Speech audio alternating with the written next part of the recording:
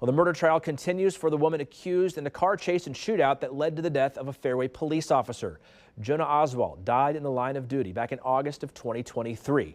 Andrea Cothran has pleaded not guilty to first-degree murder and other charges in connection to Oswald's death. Prosecutors say that although Cothran didn't pull the trigger and shoot Officer Oswald, they believe she bears some responsibility based on her actions leading up to the shooting. KCTV5's Maya Engel joins us now as the trial enters the second week. Maya.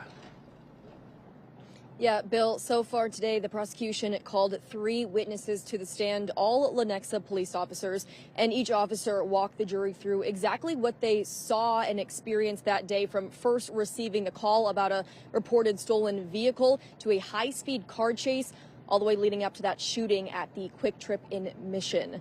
Now, the prosecution also played body cam footage from each of the officers, including the first officer who entered the Quick Trip. The video shows that officer checking the women's bathroom and finding Andrea Cothran.